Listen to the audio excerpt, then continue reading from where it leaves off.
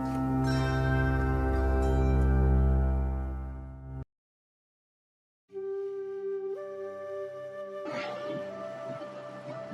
ओम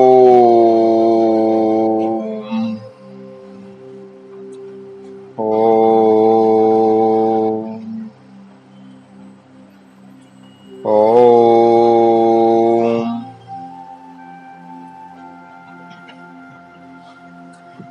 देवी बालेश्वरी जानना चाहती है कि श्री कृष्ण और गोपियों के परस्पर संबंध को किस भाव से देखना चाहिए और श्री कृष्ण गोपियों की रास लीला क्या है। मैं कहता हूं, जो जैसा देखता है वैसा नजर आता है। आईने की अपनी कोई सूरत नहीं होती। महत्वता इस बात की अधिक है कि आप कैसा देखते हैं, आपका देखने का दृष्टिकोण क्या है, देखने का नजरिया कैसा है। कहते हैं नजर बदली तो नजारे बदल जाते हैं, किश्ती ने बदला रुख तो किनारे बदल जाते हैं। आपके भाव भावनाएं कैसी हैं, किस प्रकार की वृत्ति है, कैसा आचार विचार है, इसका अधिक महत्व है। जिनकी विवेक रूपी आंखों में काम वासना और भोग विलासिता रूपी मोतियाबिंद हो गया है, वे भगवान और भक्त के भक्ति रूपी प्रेम रस को पहचानने से चूक जाते हैं। तुलसी जी कहते हैं, जाकी रही भावना जैसी, प्रभु मूरत देखी तिन तैसी। जिन लोगों को दोष ढूंढने की आदत पड़ गई है और हर समय निंदा आलोचना करते रहते हैं, ऐसे लोग हजार गुण होने पर भी दोष ढूंढ ही लेते हैं। और इसके विपरीत जिनकी प्रवृत्ति और प्रकृति गुणग्राही है, वे हजारों अवगुण होने पर भी गुण खोज ही लेते हैं। एक बार देवऋषि नारद ने श्री कृष्ण से परीक्षा हेतु पूछा कि देखो, ये जो कुत्ता मरा पड़ा है, इसमें बदबू आ रही है और कीड़े पड़ गए हैं, क्या दुर्गति हो गई है, बड़ी दुर्गंध आ रही है। श्री कृष्ण ने कहा, परंतु दांत कैसे चमचमाते सुंदर लग रहे हैं। यह है बुराई में भी अच्छाई देखने की प्रवृत्ति। नारद के बुराई दिखाने पर भी नजर सुंदर दिख रहे, चमचमाते दांतों पर गिर पड़ी। इस प्रकार का नजरिया होना अपने लिए ही हितकारी है। एक गालिब का शेर है, उम्र भर गालिब यही भूल करता रहा, धूल चेहरे पे थी और आईना साफ करता रहा। मैं कहता हूं, गोपियों का प्रेम निष्काम और दिव्य है, जो नित्य सिद्ध तत्व रूप है। सांसारिक व्यक्तियों का अंतःकरण माया में है, इसमें दिव्य प्रेम नहीं ठहरता। दिव्य प्रेम तो मात्र दिव्य अंतःकरण का ही विषय है। जिन लोगों का अंतःकरण माया में है, उसमें किसी भी कर्म योग या ज्ञान आदि की साधना का परिणाम माया में ही हो सकता है। इसलिए गोपियों और श्री कृष्ण के प्रेम को साधारण या सामान्य व्यक्ति समझने में असमर्थ है। गोपियों का श्री कृष्ण के प्रति शुद्ध भक्ति भाव है। मीरा कहती है कि राणा सांगा के पुत्र भोजराज राणा की पत्नी नहीं हूं मैं, मेरे तो गिरधर गोपाल दूसरो ना कोई, जाके सिर मोर मुकुट मेरे वो पति सोई। जब कृष्ण मनुष्य की नाई शरीर रूप में न होने पर भी मीरा श्री कृष्ण को अपने पति रूप में स्वीकार करके भक्ति में डूबी रहती है। अब लोग क्या कहते हैं या क्या क्या कहा या किया होगा, किया गया होगा, कौन पूछता है। कृष्ण कहते हैं गीता में 4 अध्याय के 11वें श्लोक में, ये यथा माम प्रपद्यन्ते तांस तथैव भजाम्यहम् मम वर्तमानुवर्तन्ते मनुष्या पार्थ सर्वशः। जो भक्त मुझे जिस प्रकार भजते हैं, मैं भी उनको उसी प्रकार भजता हूं, क्योंकि सभी मनुष्य सब प्रकार से मेरे ही मार्ग का अनुसरण करते हैं। मैं कहता हूं, प्रेम वही है जिसमें काम वासना का लवलेश भी न हो। श्री कृष्ण और गोपियों के प्रेम में भोग वासना का, काम इच्छा का लेश मात्र भी नहीं था। देखो, विवेकानंद की दुराग्रही कट्टर नास्तिक मनोवृत्ति को, अवधारणा को जब रामकृष्ण परमहंस जैसे साधारण से दिखने वाले योगी ने अपने स्पर्श मात्र से पलट दिया था, बदल दिया था, तो फिर योगेश्वर श्री कृष्ण द्वारा गोपियों को मन इंद्रियों के पार ले जाकर अपने विराट सच्चिदानंद घन परमेश्वर रूप का साक्षात्कार कराना कौन बड़ी बात थी। और फिर गोपियां श्री कृष्ण से निष्काम प्रेम करें तो क्या आश्चर्य है। कृष्ण गीता में कहते हैं 10वें अध्याय का 10वां श्लोक, तेषाम सतत युक्तानाम भजताम प्रीति पूर्वकम ददामी बुद्धि योगम तम येन माम उपयांति ते। उन निरंतर मेरे ध्यान आदि में लगे हुए और प्रेम पूर्वक भजने वाले भक्तों को मैं वह तत्व ज्ञान रूप योग देता हूं जिससे वे मुझको ही प्राप्त होते हैं। मन और इंद्रियों के वशीभूत होकर नाचने वाले साधारण व्यक्ति इस आत्मिक और आध्यात्मिक संबंध को हृदयंगम नहीं कर सकते। प्रेम का तात्पर्य शारीरिक आकर्षण से सना हुआ भोग विलासिता नहीं है। गोपियों के प्रेम विषय पर सूरदास लिखते हैं, ऊधो मन भये 10-20 एक हुतो सो गयो श्याम संग को अवराधे ईश। इंद्री शिथिल भई केशव बिनु जथा देह बिनु शीश। आशा लागी रहती तन श्वासा जीव ही कोटि बरीस। तुम तो सखा श्याम सुंदर के सकल जोग के ईश। सूर हमारे नंद नंदन बिनु और नहीं जगदीश। यह उस समय का वर्णन है जब श्री कृष्ण वृंदावन गोकुल से मथुरा चले गए तो राधा सहित सभी गोपियां उनके वियोग में अति व्याकुल हो गई थी। श्री कृष्ण को जब पता चला तो उन्होंने अपने सखा उद्धव द्वारा गोपियों को समझाने के लिए गोकुल भेजा।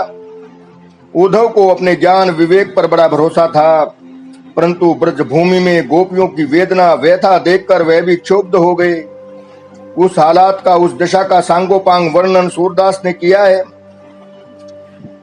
गोपियां बोली कि हे उद्धव, हम तुम्हारी बात कैसे मान लें, क्योंकि मन कोई 10-20 तो है नहीं, एक था वह भी श्याम सुंदर संग चला गया। हमारी इंद्रियां केशव के बिना ऐसे शिथिल हो गई हैं जैसे शीश विहीन देह हो जाती है, बिना शीश के देह हो जाती है। और इस शरीर में जो श्वास चल रही हैं वे केवल कृष्ण से मिलन की आस में ही हैं। किस प्रकार हम कृष्ण मिलन की आस में करोड़ों वर्षों तक जी सकती हैं। हे उद्धव, आप तो हमारे श्याम सुंदर के सखा हैं और योग विद्या के सर्वज्ञ हैं। हम कृष्ण के अलावा किसी और को हृदय में धारण नहीं कर सकती। जैसे स्वाभिमानी और निष्काम प्रेमी चातक को भला मतलब ही क्या इन ताल तलैया और नदियां नालों से, उसको तो स्वाति नक्षत्र में बरसते बादल की बस एक बूंद ही काफी है। मौत भी आए तो आए मगर पपीहा स्वाति नक्षत्र में बरसे पानी की गिरे बूंद की अतिरिक्त कोई पानी स्वीकार नहीं करता, वो भी बिना पृथ्वी पर गिरे। ऐसे ही गोपियों का प्रेम है। कामना और प्रेम दोनों विरोधी तत्व हैं। लेने देने का व्यापार कामना है, या कहिए जिसमें प्रेमास्पद से कुछ याचना की भावना हो वह प्रेम नहीं हो सकता। और इसके विरुद्ध जिसमें सब कुछ देने पर भी तृप्ति न हो वही प्रेम है। वास्तव में कामना युक्त प्रेम प्रतिक्षण घटता है और दिव्य प्रेम प्रतिक्षण बढ़ता है। देखो, चैतन्य महाप्रभु ने जीवन के अंतिम 6 वर्ष राधा भाव में बिताए। इसे आप क्या कहिएगा? मैं कहता हूं, कामना अंधकार स्वरूप है और प्रेम प्रकाश स्वरूप है।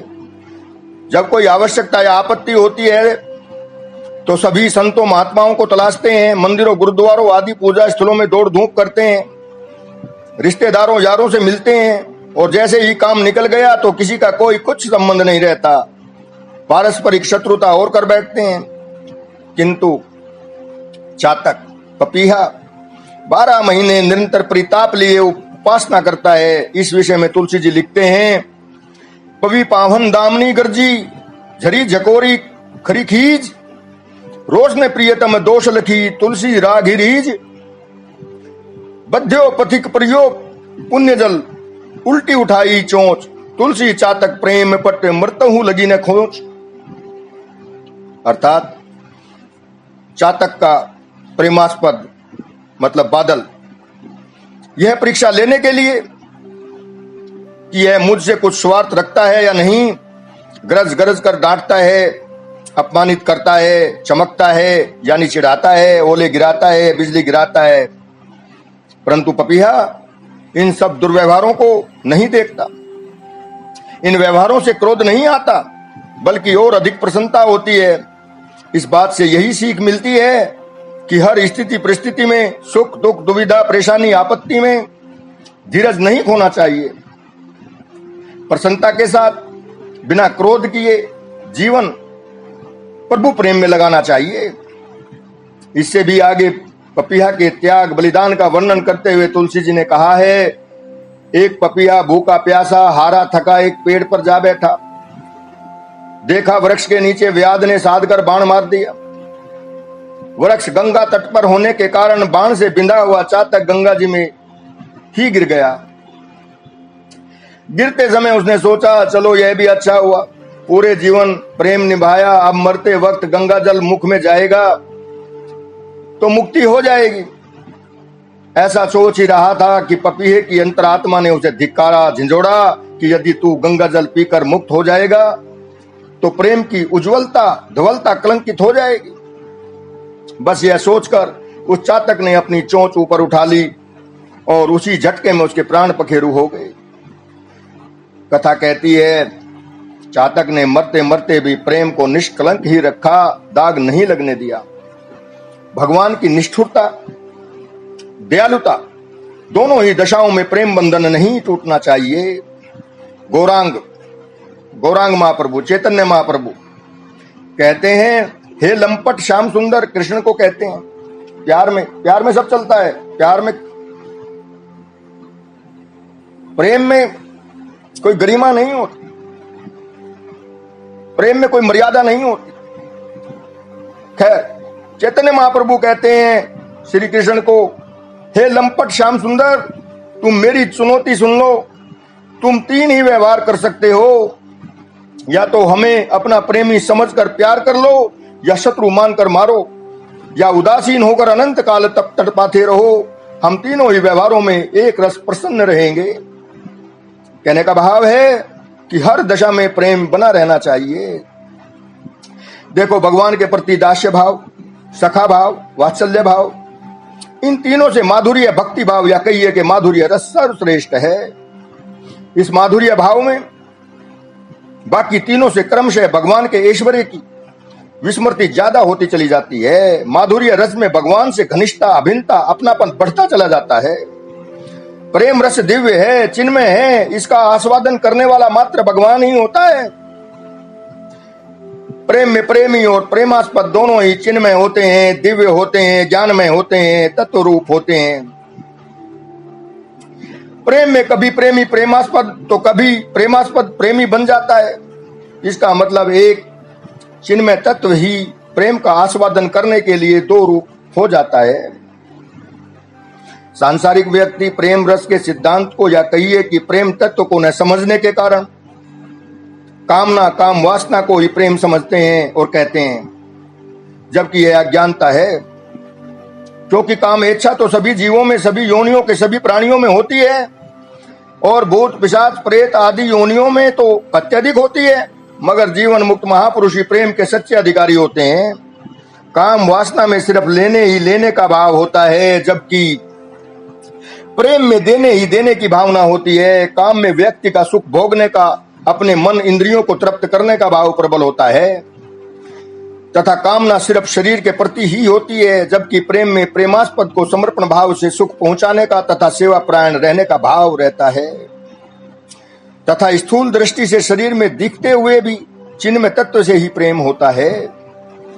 काम में अज्ञानतावश, मूढ़तावश मोह रहता है, जबकि प्रेम में मोह का लवलेश भी नहीं रहता।